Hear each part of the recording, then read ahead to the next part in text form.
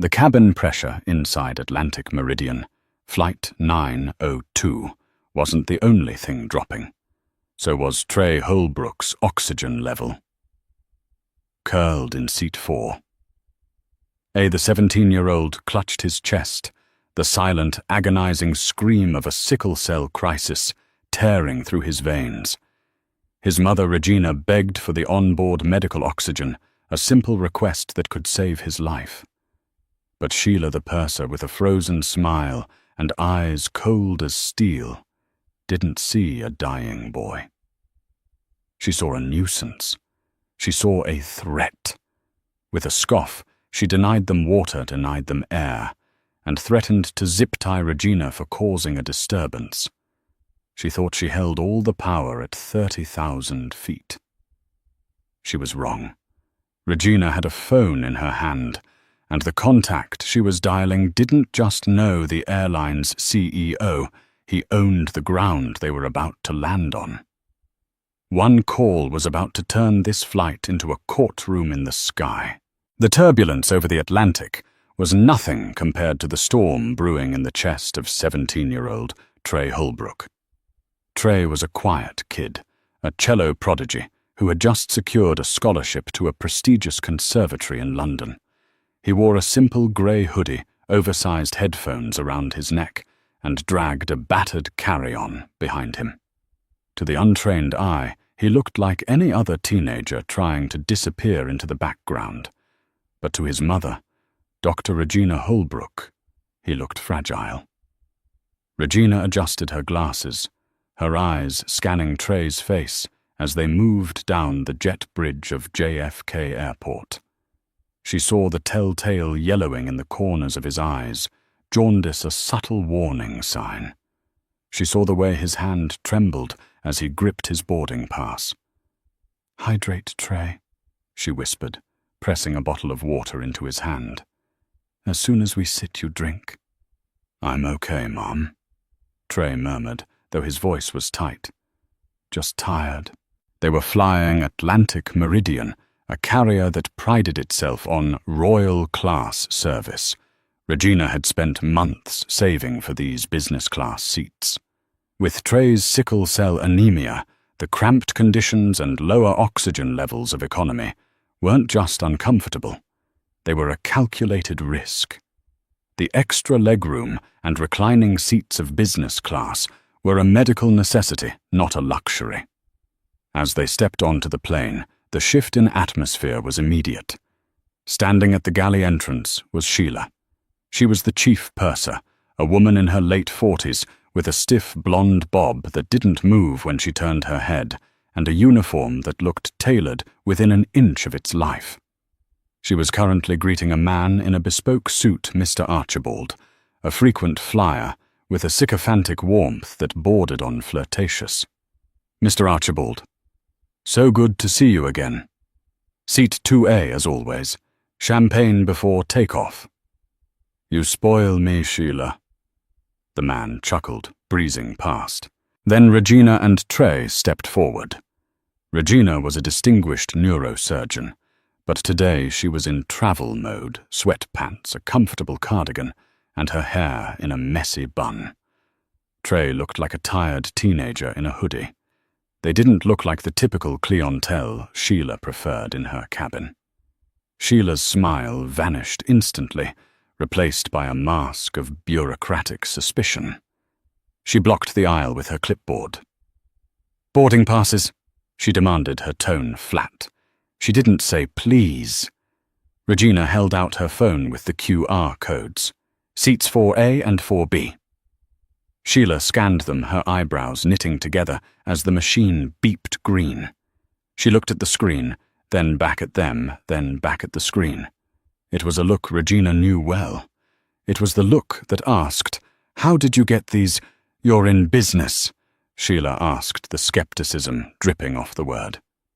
"Yes," Regina said, her voice calm but firm. "Is there a problem?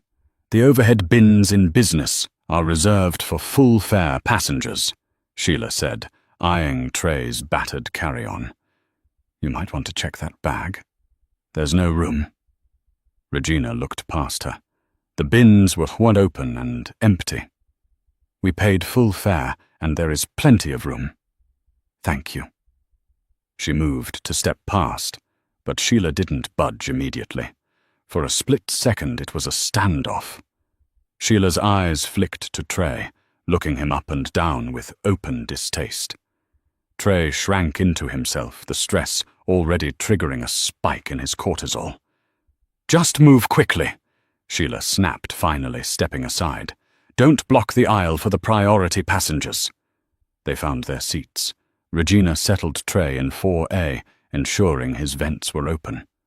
Ignore her, she whispered. Focus on your breathing. But the stress of the encounter had already done its damage. Sickle cell is a cruel disease. It thrives on stress dehydration and altitude changes.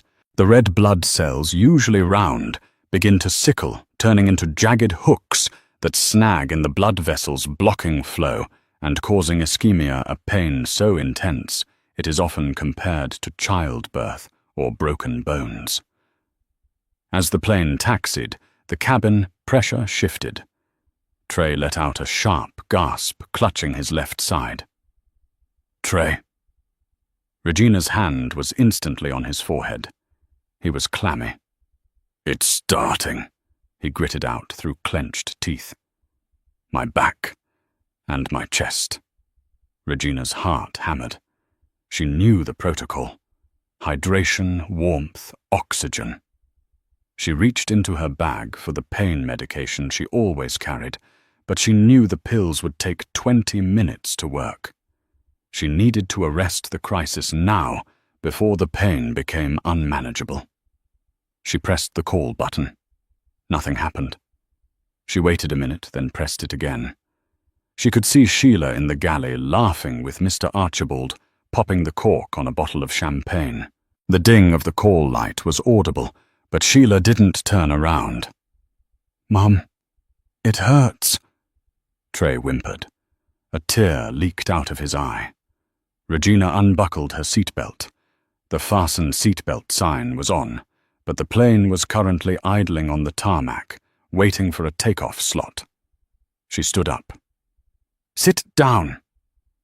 Sheila's voice rang out like a whip crack. She was suddenly in the aisle, glaring at Regina. The seatbelt sign is on. My son is in distress, Regina said, keeping her voice level. He has a medical condition. I need water immediately. And I need you to check the onboard oxygen supply. He may need a mask once we hit altitude. Sheila stared at her, blinkered. Then she let out a short, incredulous laugh. Water. We haven't even taken off yet. Service starts in the air. Sit down. You don't understand, Regina said, stepping into the aisle, her maternal instinct overriding social pleasantries. He has sickle cell anemia. He is going into a crisis. This isn't about service. This is a medical necessity. Sheila rolled her eyes. She turned to the passenger across the aisle, Mr. Archibald, and gave him a "can you believe this" look. Look, ma'am, Sheila said, dropping her voice to a loud, condescending whisper. I don't know what game you're playing to get free perks, but oxygen is for emergencies only. It's not for whatever this is. If he was that sick, he shouldn't be flying. He is fit to fly, Regina snapped. But the stress and pressure are triggering him. I am a doctor. I am telling you what he needs. You're a doctor. Sheila scanned Regina's messy bun and sweatpants. Right. And I'm the Queen of England. Sit down, or I will have the captain turn this plane around and have you removed for failing to comply with crew instructions. Trey let out a low moan from the seat, curling into a fetal position. Regina looked at Sheila, really looked at her.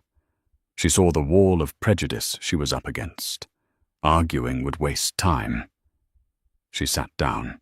Fine, Regina said. I'm sitting. Bring the water.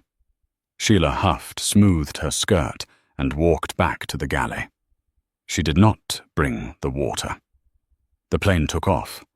The G-force pressed them into their seats, and for Trey it felt like a hydraulic press crushing his joints. By the time the chime signaled 10,000 feet, Trey was sweating profusely, his skin ashen. "Mom," he gasped. "Can't breathe. Deep." Acute chest syndrome. It was the most dangerous complication of sickle cell. The sickling cells were clogging the vessels in his lungs. Regina was done playing nice. She stood up again. The seatbelt sign was off now.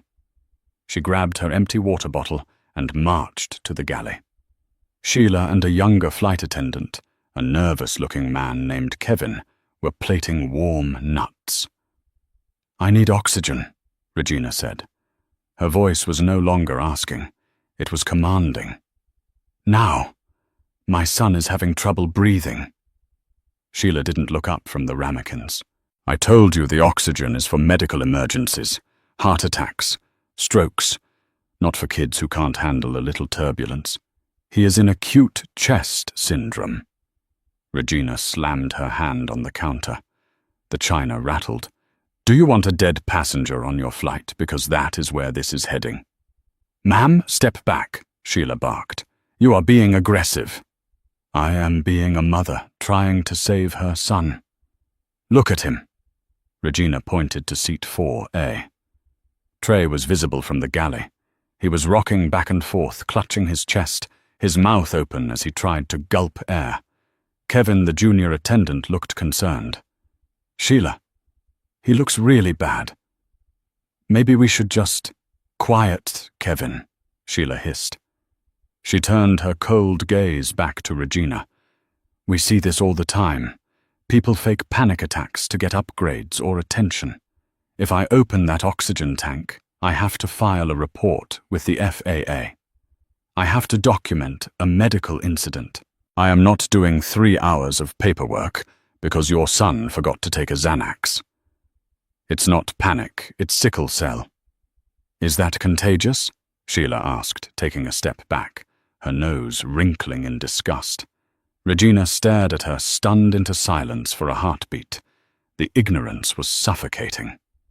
"It's a genetic blood disorder. It's not a virus. Give me the oxygen." "I don't feel comfortable dispensing medical equipment without a doctor's order," Sheila said smugly, crossing her arms. "I am a doctor?" Regina reached into her purse and pulled out her hospital-eyed chief of neurology at Mount Sinai. She slammed it onto the metal counter. Sheila barely glanced at it. That could be fake. Anyone can print those online these days. The cruelty was so precise, so targeted, that Regina realized this wasn't just laziness. It was malice. Sheila had decided the moment they walked on the plane that they didn't belong, that they were scammers, that their pain was invalid. Trey let out a scream. It was a high, thin sound of pure agony that cut through the drone of the engines. Several passengers in business class turned around. "Do something," a woman in 3C shouted. "Help the boy. Everything is under control," Sheila shouted back, forcing a smile.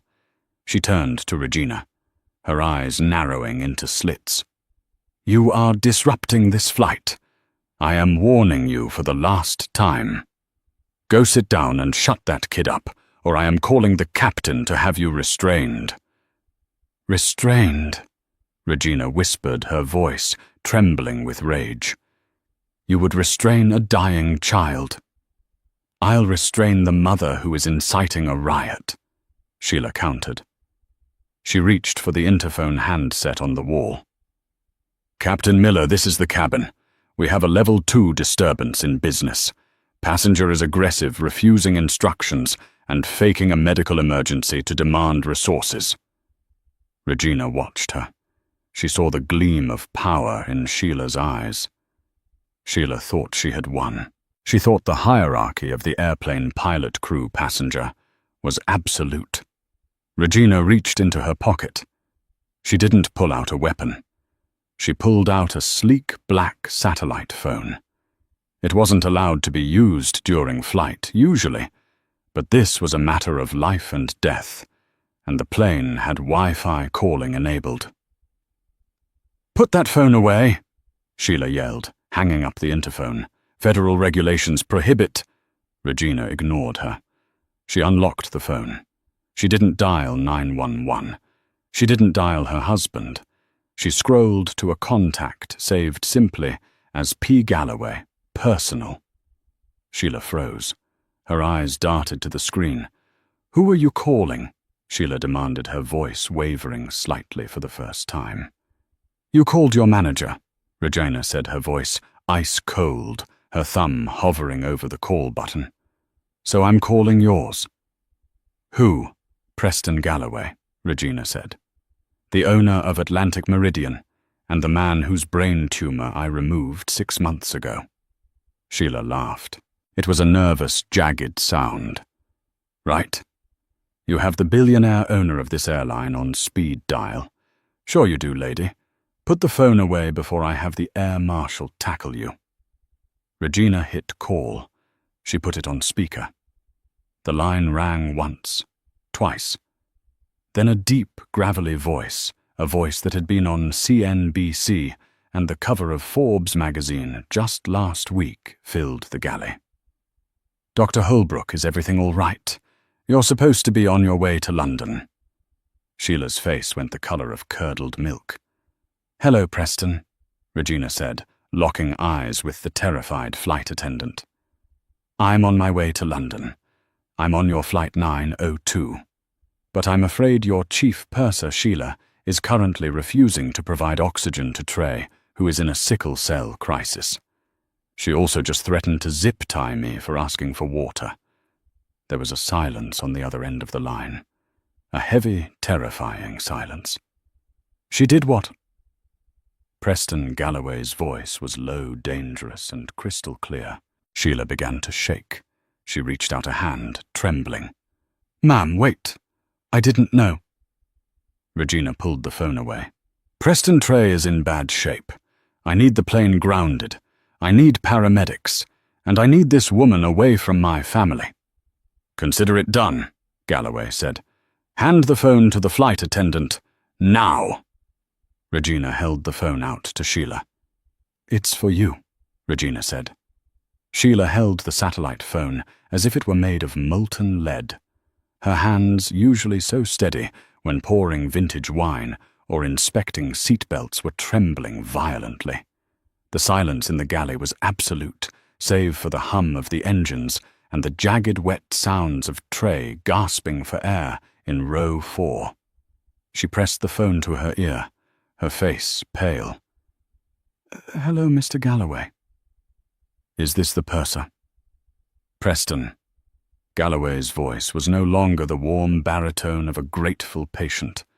It was the voice that had dismantled unions and acquired competitors for sport. It was cold, metallic, and terrifyingly calm. "State your name." "Sheila," she squeaked. "Sheila Evans, Chief Purser." "Sheila Evans," Galloway repeated, as if tasting the name, memorizing it for future destruction. "You are currently refusing emergency medical aid to the son of the woman who saved my life. Is that accurate?" "Sir, it's a misunderstanding," Sheila stammered, her eyes darting to Regina, who stood with her arms crossed, watching the demolition with the impassive face of a surgeon in the OR. "The passenger was... she was aggressive. She didn't have the proper paperwork for..." "Shut up!" Galloway cut her off. The command was soft but hit like a slap. "I don't pay you to interpret medical paperwork. I pay you to ensure the safety of my passengers. You have failed.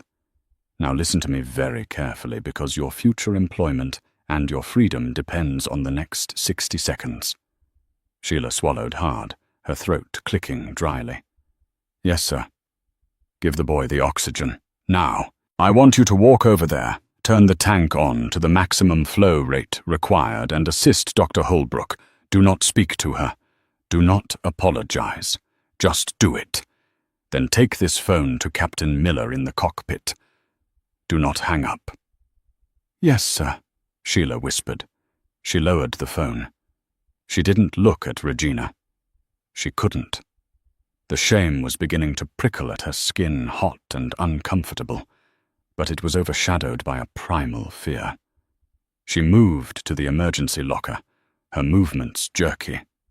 She grabbed the portable oxygen concentrator and the mask. Kevin, the junior flight attendant, watched her with wide eyes. He had wanted to help earlier, but fear of Sheila had kept him silent. Now, seeing the hierarchy invert so violently, he stepped forward.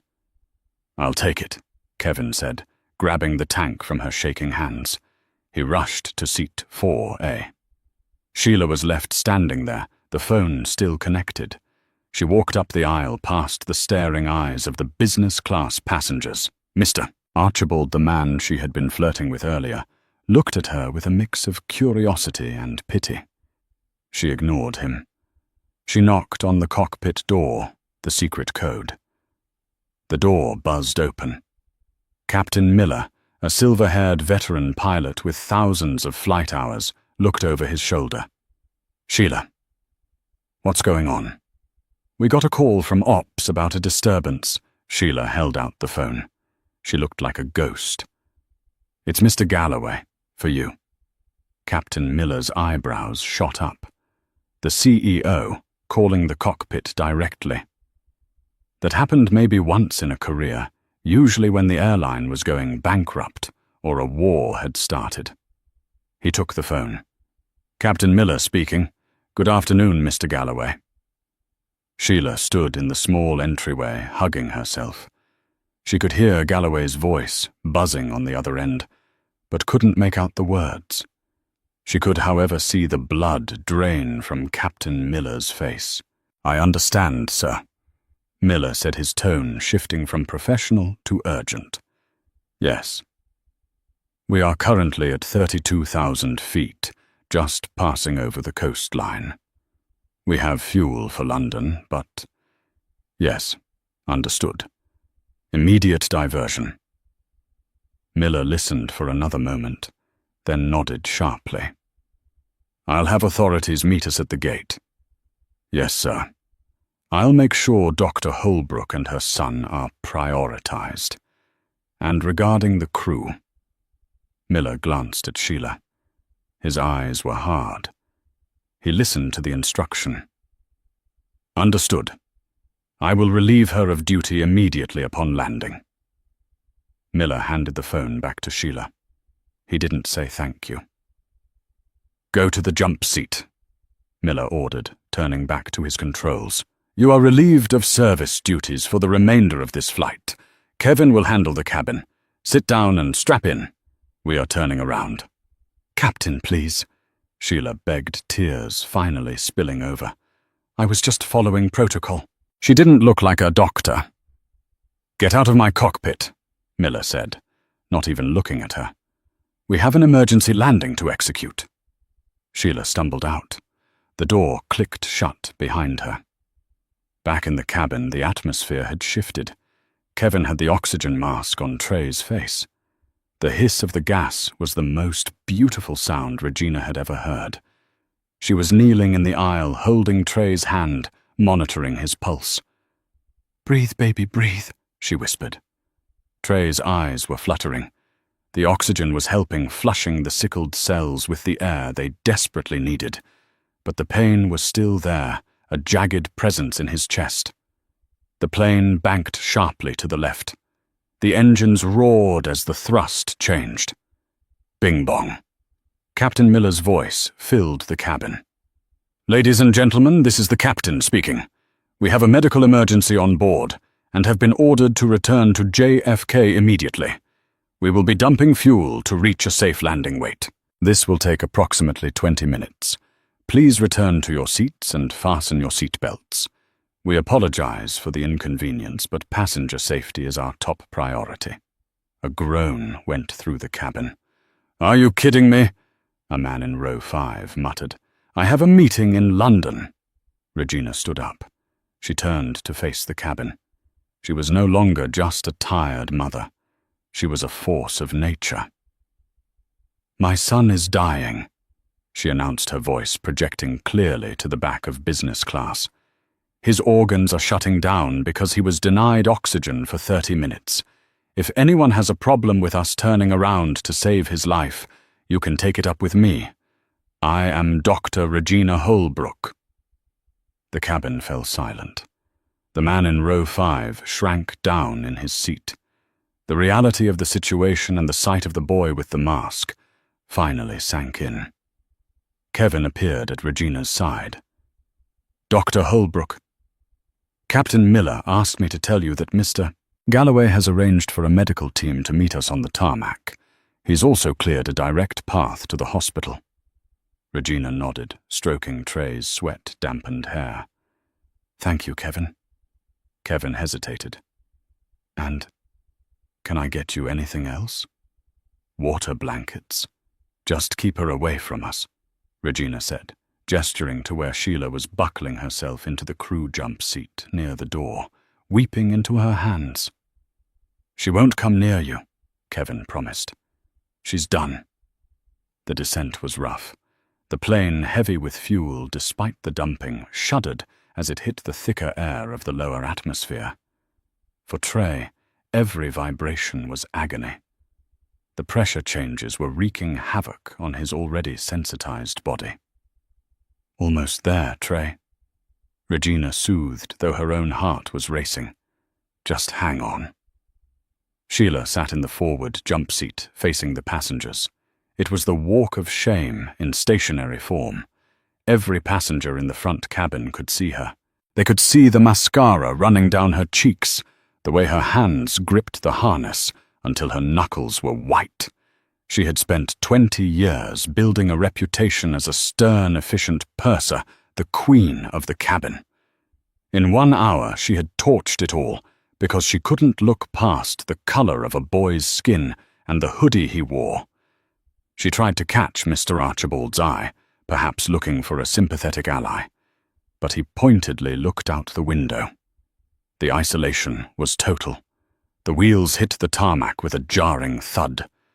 The reverse thrusters roared, screaming, as they fought to slow the massive bird down.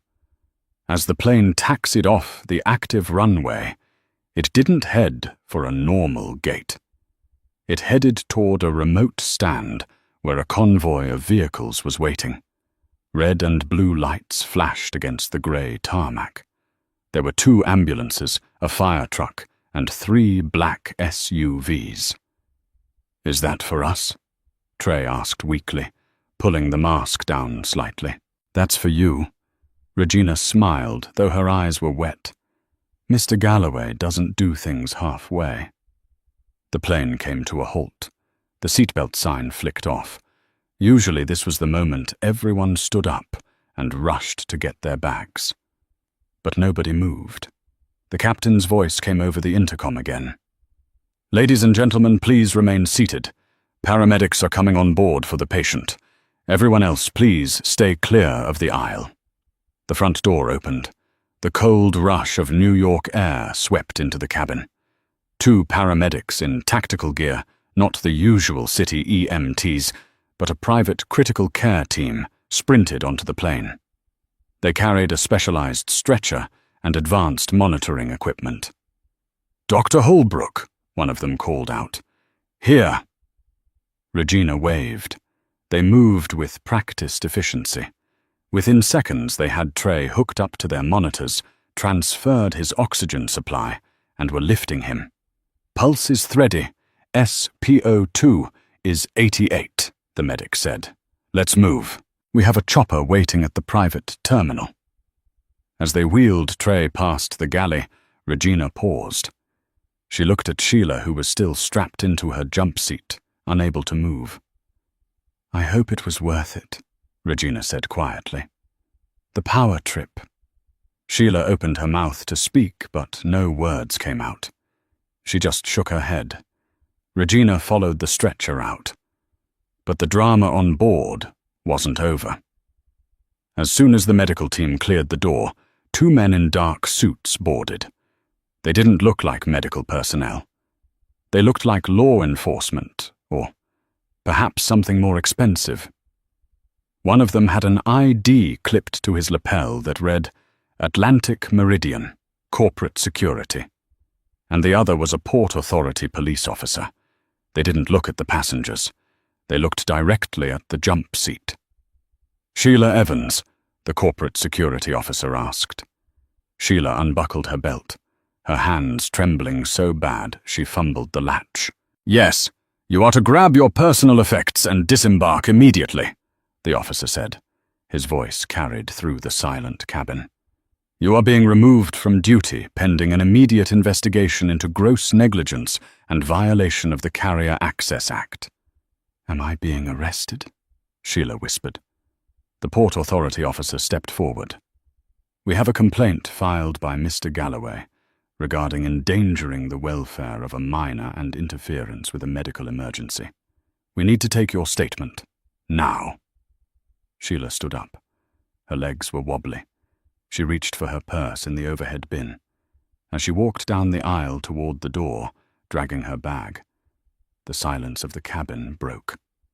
Someone in row 6 started clapping. It wasn't a polite golf clap. It was a slow, rhythmic clap.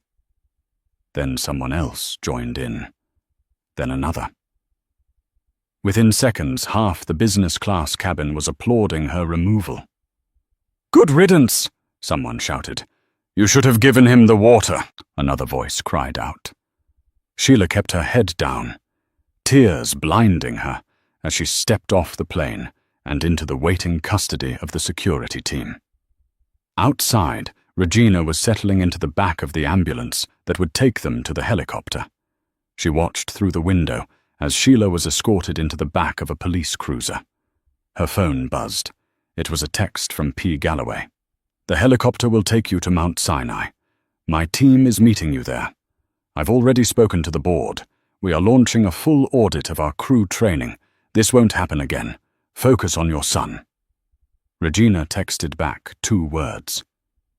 "Thank you." She put the phone down and took Trey's hand. He was already looking better, the color returning to his cheeks, thanks to the high-flow oxygen and the IV fluids the paramedics had started.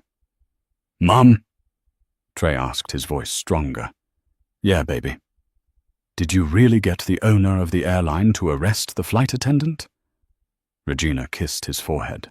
"I told you, Trey. Nobody messes with my family. Nobody." But the story didn't end on the tarmac. As is the way of the modern world, the incident had been recorded. The man in seat 5C had been filming the entire time Sheila was refusing the oxygen. And the teenager in 3F had live-streamed the Walk of Shame. By the time Regina and Trey landed at the hospital, the hashtag Atlantic Meridian boycott was trending #1 on X, formerly Twitter. The video of Sheila sneering, "Is that contagious?" had 3 million views. The court of public opinion was in session, and the verdict was going to be swift. But for Regina, the real battle was just beginning.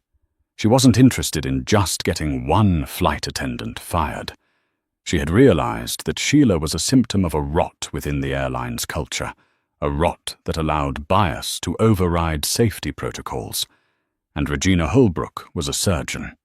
When she found rot, she cut it out. 2 days later, Trey was stable and discharged. He was sitting in their living room, scrolling through his phone, his eyes wide. "Mom," he called out. "You need to see this." Regina walked in with a cup of tea. "See what?" "The news. Atlantic Meridian is holding a press conference. The CEO, Mr. Galloway, is speaking live." Regina set the tea down and turned up the volume on the TV. Preston Galloway stood at a podium looking grim. Behind him stood the entire executive board of the airline. "What happened on Flight 902 was a disgrace," Galloway began, looking directly into the camera. "But firing one employee is not enough. Today I am announcing a complete overhaul of our medical emergency protocols. Furthermore, we are facing a lawsuit. He paused. Not from Dr. Holbrook, but from the Civil Rights Division of the Department of Justice. Regina smiled. She hadn't called the DOJ, but clearly the video had reached the right desks. However, the twist wasn't over. The doorbell rang. Regina frowned. "Are we expecting anyone?" "No," Trey said. Regina walked to the door and looked through the peephole. She saw a woman standing there. A woman who looked familiar, but broken. It was Sheila. She was wearing a trench coat, her hair messy, her eyes red-rimmed. She held an envelope. Regina opened the door, but kept the chain on. "What do you want?" Regina asked coldly. "Dr. Holbrook." Sheila's voice was raspy. "Please, I need you to tell them to stop." "Stop what?" "The death threats. The people camped on my lawn. I can't leave my house. I lost my pension. I lost everything." Sheila held up the envelope. "I wrote an apology letter. I wanted to give it to you personally. Please just put out a statement saying I made a mistake. Tell them I'm not a monster." Regina looked at the woman who had watched her son struggle to breathe and worried about paperwork. She looked at the woman who had threatened to zip-tie her. Regina unhooked the chain and opened the door fully. Sheila looked hopeful for a second. "You want me to tell the world you made a mistake?" Regina asked. "Yes, please." "You didn't make a mistake, Sheila," Regina said, her voice steady. "You made a choice. You chose to value your authority over my son's life because of what we looked like. You chose cruelty." "I was stressed." "We were stressed," Regina corrected. "You were bigoted, and now you're experiencing the consequences of your actions. It's called accountability. It feels heavy, doesn't it?" "Please," Sheila sobbed. "I have nothing." "You have your health," Regina said. "You have your breath. That's more than you were willing to give my son." Regina stepped back and closed the door. She locked the deadbolt. She turned back to Trey. He was watching her. "Was that her?" he asked. "Yes," Regina said. "Did you forgive her?" "Forgiveness is personal, Trey," Regina said, sitting down beside him. "I can forgive her for hurting me, but I cannot absolve her of what she did to you, and I won't save her from the world she created for herself." But even as they sat there thinking it was over, the phone rang. It was their lawyer, and the news he had was going to turn the victory into a complicated war. "Regina," the lawyer said, "Sheila isn't just asking for forgiveness. She just countersued. She claims she was following a secret profile protocol mandated by Atlantic Meridian Corporate. She's claiming she was just following orders, and she has the emails to prove it." Regina's blood ran cold. If Sheila was telling the truth, then Preston Galloway, the man who had played the hero, was the one who had written the rulebook Sheila was following. The villain wasn't just the flight attendant. It was the airline itself. The office of Arthur Sterling, Regina's attorney, was a fortress of mahogany and leather overlooking the rainy streets of Manhattan. But the atmosphere inside was electric. On the desk between Regina and Arthur lay a stack of printed emails provided by Sheila's defense team as part of the discovery process for her countersuit. "Tell me this isn't real," Regina said, her voice barely a whisper. She picked up a document dated 8 months prior. "It's real," Arthur said, adjusting his glasses. "It's called Project Blue Sky. It's an internal efficiency directive." Regina read the highlighted paragraph aloud. "Crew members are instructed to exercise extreme discretion in the distribution of perishable medical resources, for example. Portable oxygen. Statistical analysis suggests that 60% of in-flight medical requests from non-loyalty program members are psychosomatic. To preserve inventory for verifiable emergencies involving high-value individuals, HVIS crew should employ the Wait and Verify protocol." Regina dropped the paper as if it were burning her skin. Wait and verify. That's what she was doing. She wasn't just being a racist bully. She was following a script. It gets worse, Arthur said, sliding another paper forward. Look at the demographic risk profile attached to the memo. It flags last-minute upgrades and passengers with non-standard luggage as high risk for resource theft. It essentially codified profiling into company policy to save money on refilling oxygen tanks. Regina felt a wave of nausea. She thought of Preston Galloway, the man whose life she had saved, the man who had called the cockpit to rescue her son, the man who had publicly fired Sheila to look like a hero. He knew, Regina realized. Preston knew. He signed this. His signature is on the cover page, Arthur confirmed. Sheila Evans is claiming wrongful termination. She's saying she was made the scapegoat for a policy Galloway created. And honestly, Regina, I think she's right. Galloway threw her to the wolves to protect the brand. Regina stood up and walked to the window. The city lights blurred in the rain. She had been fighting the wrong battle. She thought she was fighting one bad apple. In reality, she was up against the orchard. I need to speak to her, Regina said, turning back. Galloway. No, Regina said. Sheila. The meeting took place in a small private conference room at the back of a diner in Queens. It was neutral ground. Sheila looked like a shadow of her former self. The crisp uniform was gone, replaced by a baggy sweater and jeans. She looked 10 years older. When Regina walked in, Sheila flinched. Dr. Holbrook, Sheila said, not making eye contact. Regina sat down. She didn't offer a hand. I saw the memos, Sheila. Sheila let out a shaky breath. Then you know, I was awful. I know I was awful. But I was terrified. If we crack an oxygen seal for a false alarm, we get written up. 3 write-ups and we lose our seniority. I have a mortgage. I have 2 kids in college. So you gambled my son's life for your seniority, Regina said flatly. I didn't think he was dying, Sheila cried, tears spilling over. The manual said, look for theatrical behavior. It said drug-seeking indicators. When you asked for the specific meds, the training said that's a red flag.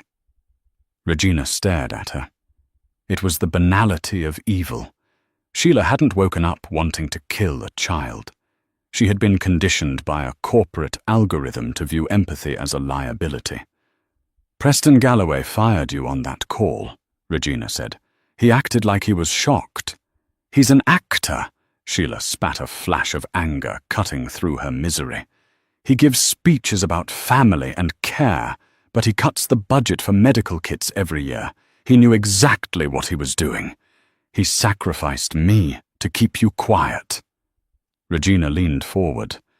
If you want to clear your name, Sheila, you can't just sue for your job back. You have to help me burn Project Blue Sky to the ground. Sheila looked up, fear warring with resolve in her eyes. How? We are going to merge our lawsuits, Regina said.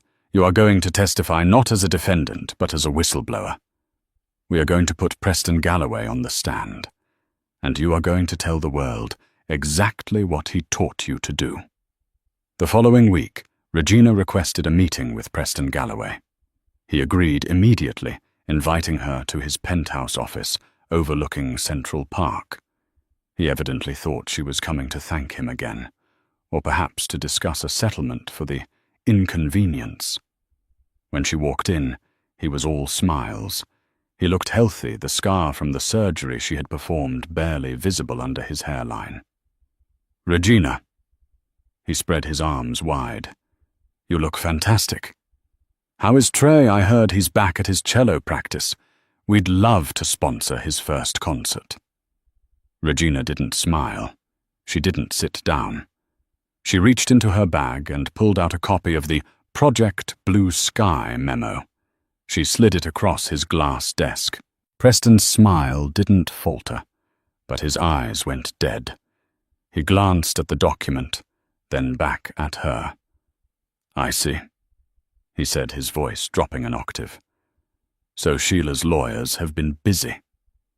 "You signed it," Regina said.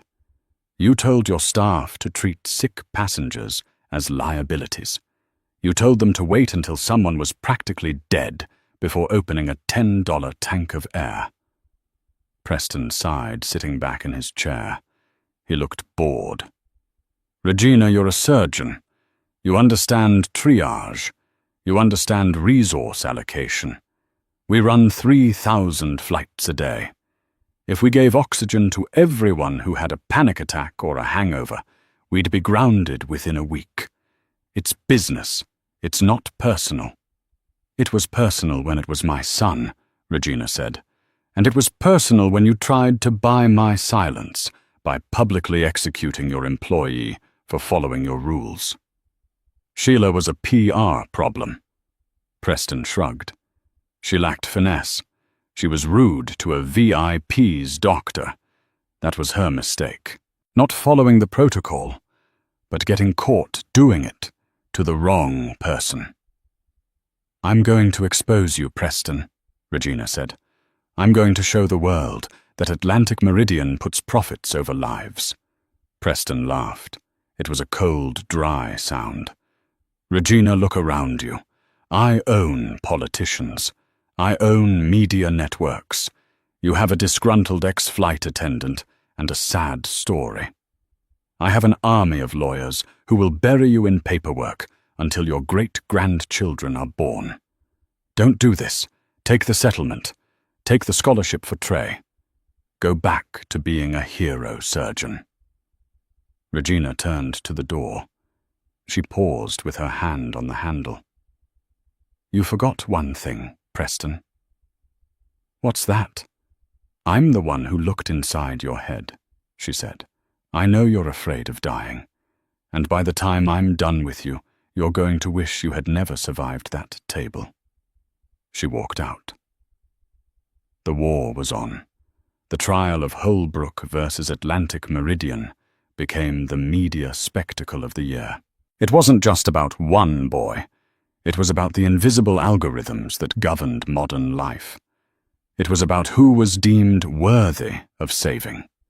The courtroom was packed every day. Supporters for Trey wore purple shirts, the color for sickle cell awareness. Outside, protesters chanted "People over profits." Preston Galloway's legal team was ruthless. They painted Sheila as a rogue employee with a history of disciplinary issues which they had fabricated or exaggerated. They painted Regina as a hysterical mother who had used her status to intimidate the crew. Dr. Holbrook, the lead defense attorney, a shark named Sterling, no relation to Arthur, paced in front of the witness stand. "Is it not true that you threatened to have the crew arrested before the plane even took off?" "I informed them of the consequences of negligence," Regina replied calmly. "And is it not true that you bypassed standard communication channels to call the CEO, directly leveraging a personal favor?" "I called the man responsible for the airline's safety. I didn't ask for a favor. I asked for oxygen." "But you admitted you used your prior relationship to cut the line, did you not?" "I used every tool I had to save my son, just as you would," Regina shot back. The jury nodded. But the defense was winning on the technicalities. They argued that Project Blue Sky was a draft document never officially implemented as binding policy. They claimed Sheila had misinterpreted guidelines as rules, without a smoking gun, proving that Galloway explicitly ordered the enforcement of the protocol. It was just hearsay. Then came the day for the defense to call their star witness, Preston Galloway. He was magnificent on the stand, humble, apologetic, charming. He looked at the jury with soulful eyes. "I was horrified when I heard about Trey." Galloway said, his voice thick with emotion. "I built this airline on the values of care, the idea that I would deny a child air. It goes against everything I believe in. That memo was a theoretical exercise by a junior analyst. I signed off on thousands of documents. I never intended for it to be policy." He was lying. Regina knew it. Sheila knew it. But he was a very good liar. Arthur leaned over to Regina. "We're in trouble.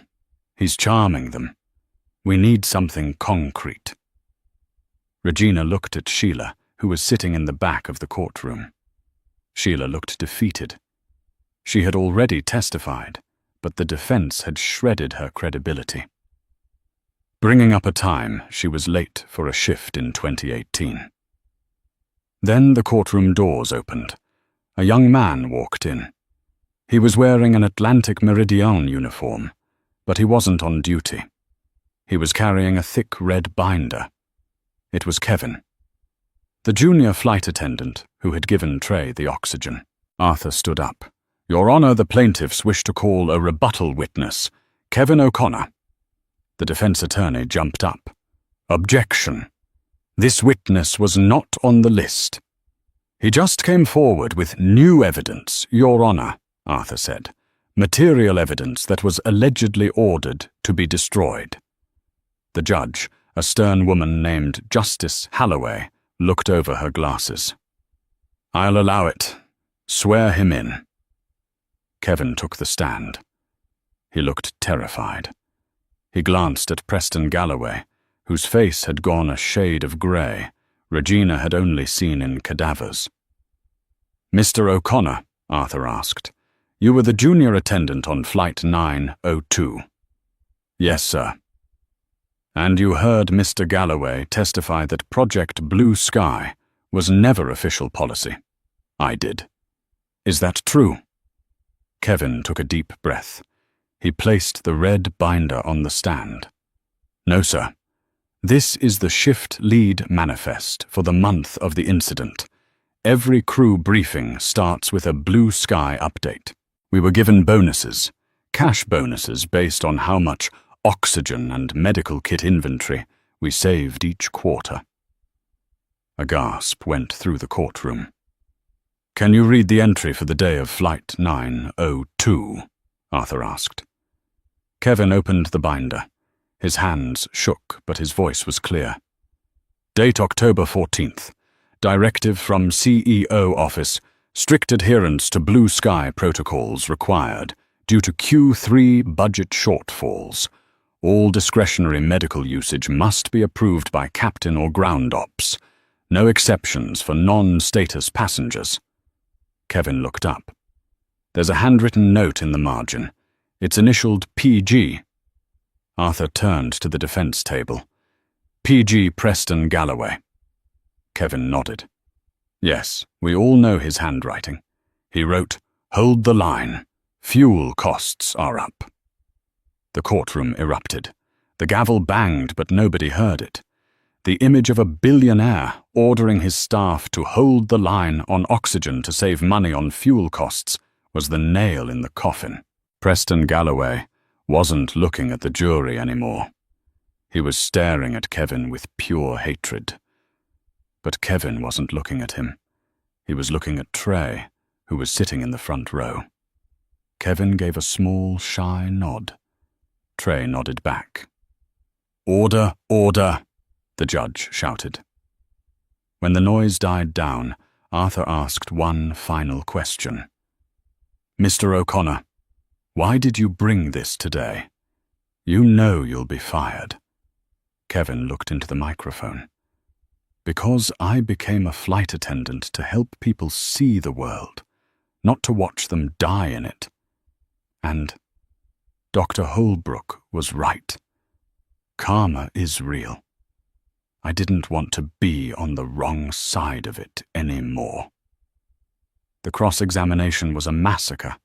The defense team tried to claim the binder was forged, but the forensic trail was undeniable. The hero CEO mask had shattered, revealing the calculator underneath. But the trial had one more emotional peak. Trey Holbrook was called to the stand for the victim impact statement. He didn't bring notes.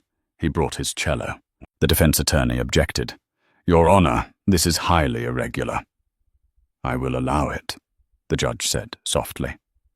Trey sat on the chair. He looked small, but his presence was immense. He didn't speak about the pain in words. He didn't describe the feeling of his blood turning to glass shards. He began to play. It was a piece by Bach, but Trey played it with a raw, jagged intensity that filled the silent courtroom. The low notes groaned like a body in pain. The high notes screamed like a plea for air. It was the sound of suffocation translated into music. It was beautiful, and it was terrifying.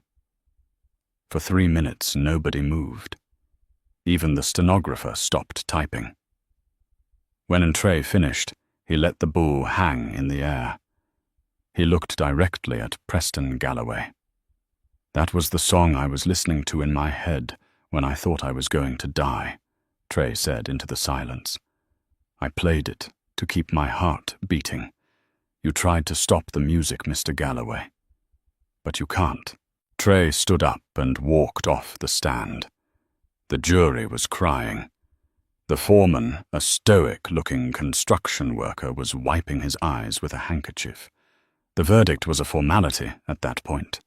The only question remaining was how many zeros would be on the check. The silence in the courtroom was heavier than the cabin pressure at 30,000 feet. Preston Galloway sat at the defense table, his bespoke suit looking like armor that had finally failed him. "Has the jury reached a verdict?" Judge Holloway asked. "We have your honor," the foreman announced, refusing to look at Galloway. "In the matter of Holbrook versus Atlantic Meridian, we find the defendants liable on all counts of gross negligence and violation of the Air Carrier Access Act." Galloway stiffened, but the foreman wasn't finished. "We award the plaintiff $20 million in compensatory damages, and to punish the defendant and deter future conduct, we award punitive damages of $300 million. The courtroom gasped. It was a death sentence for the airline. Galloway slammed his fist on the table. "This is absurd. I'll appeal. Sit down," Judge Holloway barked. But the storm wasn't over. The courtroom doors swung open, and a team of FBI agents marched down the aisle. The lead agent stopped directly in front of the billionaire. "Preston Galloway, you are under arrest for securities fraud and conspiracy to endanger public welfare. The Project Blue Sky documents proved you falsified safety records to boost stock prices." "You can't do this. I have a heart condition," Galloway screamed as the handcuffs clicked a sound sharper than any seatbelt buckle. Panic set in. He looked frantically at the gallery.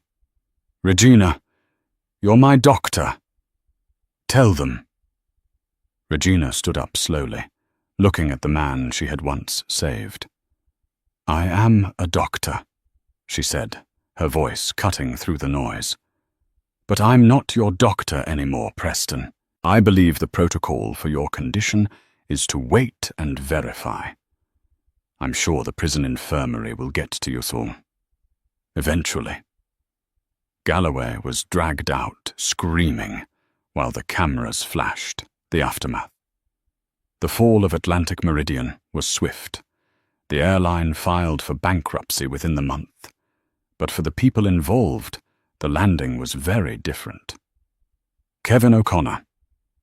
The flight attendant, who risked it all to leak the red binder, was offered a full scholarship to a rival airline's flight academy. 3 years later, he was flying the London route as a first officer, promising never to ignore a passenger in need. Sheila Evans avoided jail by testifying, but her aviation career was over. She found a quiet redemption working at a community center in Queens, teaching literacy to immigrants, people she had once looked down upon. It was a humble life, but for the first time in years, she slept soundly. Preston Galloway found that karma has a poetic sense of humor. 6 months into his 12-year sentence, he suffered a mild heart attack in the prison mess hall. As he lay on the linoleum clutching his chest, he begged a guard for help.